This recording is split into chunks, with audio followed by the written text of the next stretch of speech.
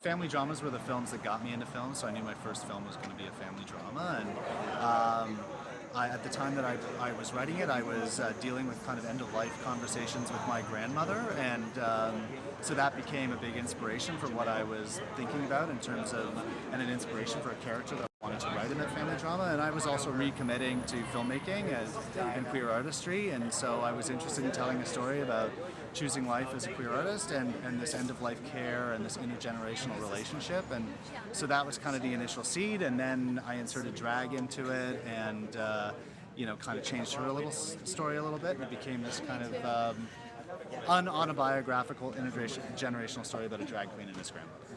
And how did you come to cast Cloris Leachman in the role?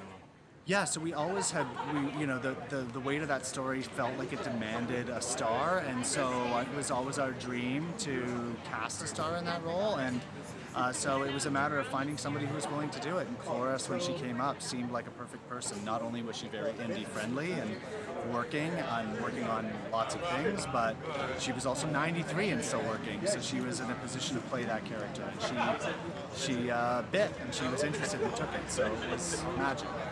What were some things that drew you to playing the role, and tell me a little bit about what your experience with drag was before you took on? So basically what drew me to the role, I mean, when my agent sent through the script, there were multiple kind of parallels between the character and myself. I mean, in the first scene, I mentioned that he's a Pisces. I'm a Pisces. His recent ex was named Justin. My most recent ex was named Justin. He was a gay out-of-work actor. I was like, yep, check, same. And so initially, I was like, okay, this feels different.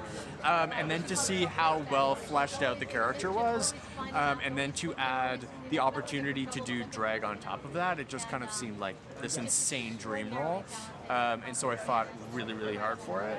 And then to work with Cloris was kind of this ultimate dream come true. I mean, any actor kind of dreams of the opportunity to work with this legendary, experienced actress who has, 70 plus years of experience coming to the table. It was, I've said it 1,000 times, but it was a masterclass every day and everything acting. So I feel so privileged and very lucky to have had that experience, yeah. And what helped you sort of grasp some of the principles of drag? Oh gosh, well I mean I've been going out and watching drag shows for the past 13 years in Toronto, and any gay man kind of fantasizes about what they would do if they were given a drag opportunity. So it was that. It was just really kind of taking in the music that I knew I'd be performing with, and just letting myself go wherever my body took me. And with Sheldon McIntosh, Tynomi Banks, I had a few rehearsals with her as well, and she kind of sprinkled her drag dust on me. So unofficial drag mother.